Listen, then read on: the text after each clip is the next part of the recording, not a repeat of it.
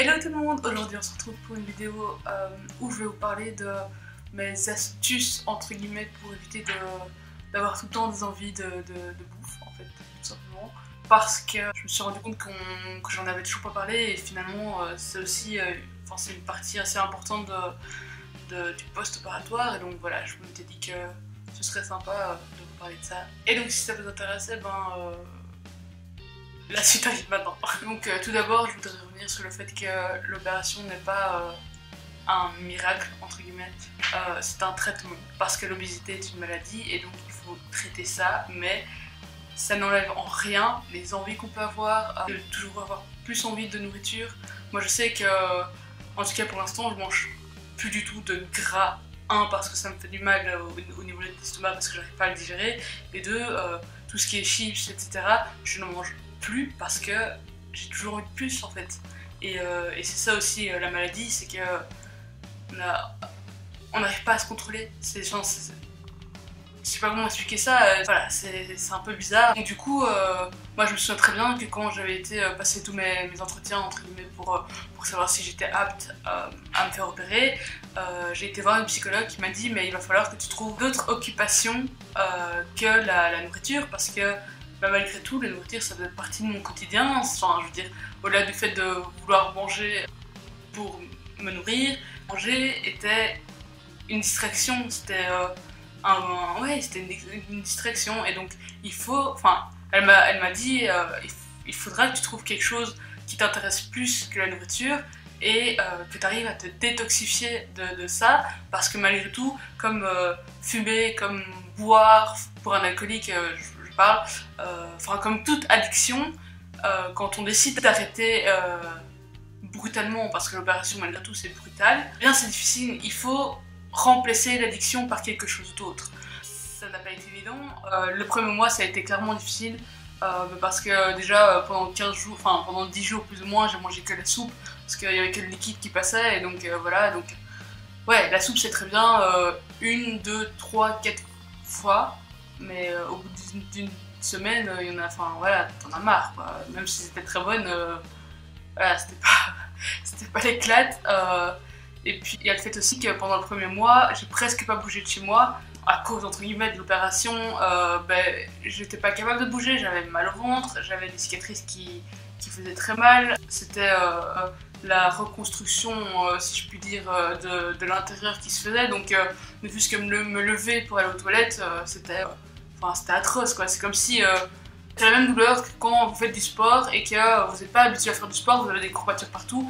Moi c'était comme ça pendant un mois quoi, donc au bout d'un moment, voilà, c'était pas évident du tout. Et donc le fait de devoir rester à la maison, j'étais tout le temps occupée, j'essayais de m'occuper comme je pouvais, mais il y a un moment où l'imagination atteint ses limites. Et donc voilà, tout ça pour dire que moi là, ça a été le plus dur parce que comme je ne bougeais pas de chez moi et que je mangeais que de la soupe ou des purées ou des compotes, c'était hyper frustrant. Franchement, il n'y a pas d'autre mot, c'était hyper frustrant. Je rêvais d'une bonne glace et je pouvais pas parce que c'était trop froid pour mon estomac.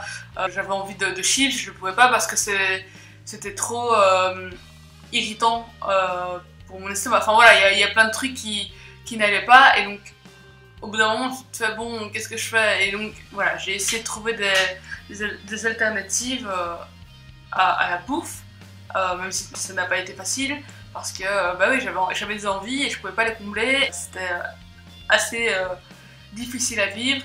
Mais donc pendant cette période-là, ce que j'ai fait c'est que j'ai beaucoup peint.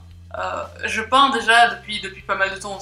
J'ai un côté hyper artistique qui me permet de me défouler. Quand j'ai quelque chose à sortir et que j'arrive pas à le sortir en pleurant ou en parlant avec d'autres personnes, je peins, je dessine et donc j'ai beaucoup peint, ce qui m'a permis d'extérioriser toute l'envie, entre guillemets, toute la frustration que je ressentais, même si je ne peignais pas tous les jours, donc voilà. Mais ça m'a quand même franchement aidé. J'ai aussi beaucoup écrit. Moi je suis quelqu'un qui aime lire et j'aime beaucoup écrire aussi, c'est quelque chose qui me déstresse, j'aime bien ça. Quand j'avais des idées noires, voilà, je tapais et donc pour moi écrire ça me permet de dire ce que je pense sans aucun filtre Et après, ben voilà, je le mets dans un coin de mon ordinateur, je touche plus. Et moi, ça m'a permis de, comme je l'ai dit, d'extérioriser tout ce que je pensais. Et ce qui me faisait du bien, c'est que donc je l'avais mis sur mon ordi.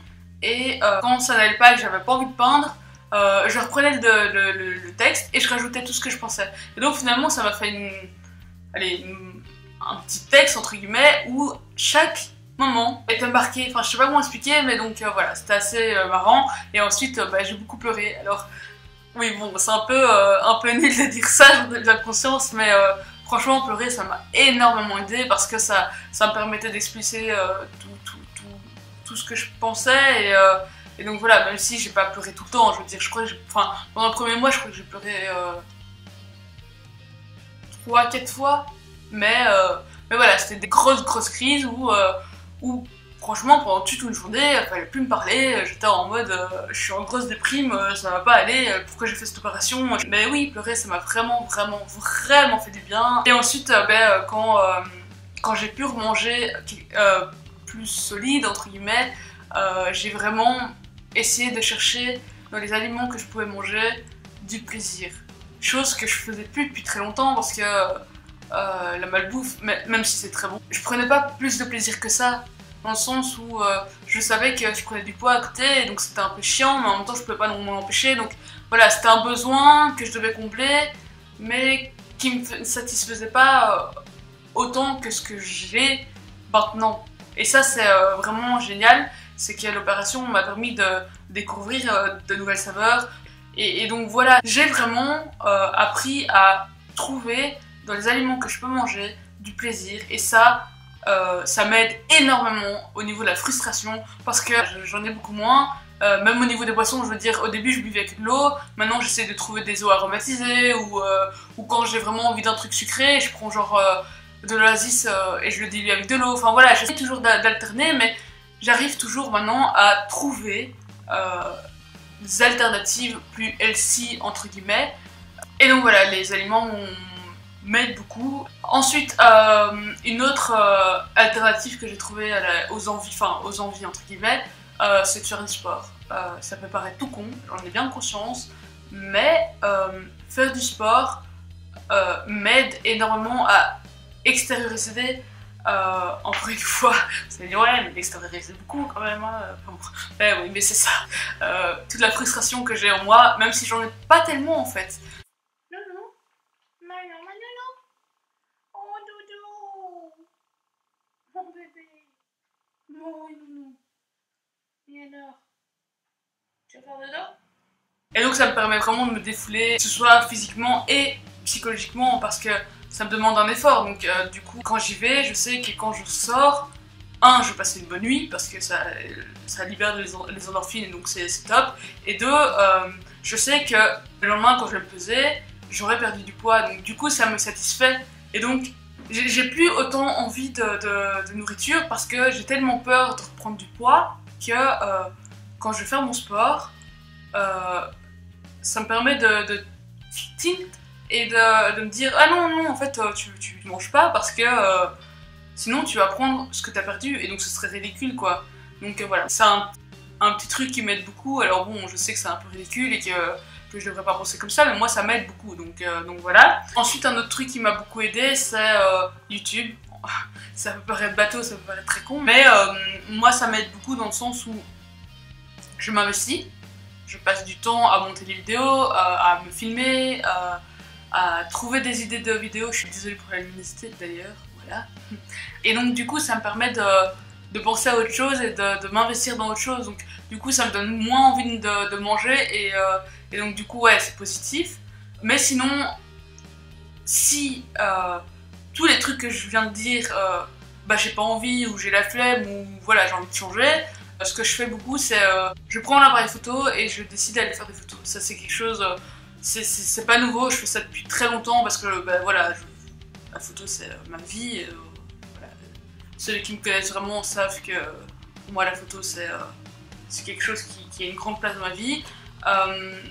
Et donc du coup voilà, quand je décide de bouger, ben voilà, je me fais une balade et je prends des photos de ce qui m'inspire et ça me permet encore une fois de me changer les idées et en plus ça me permet de bouger, de marcher, parce que marcher c'est toujours bien.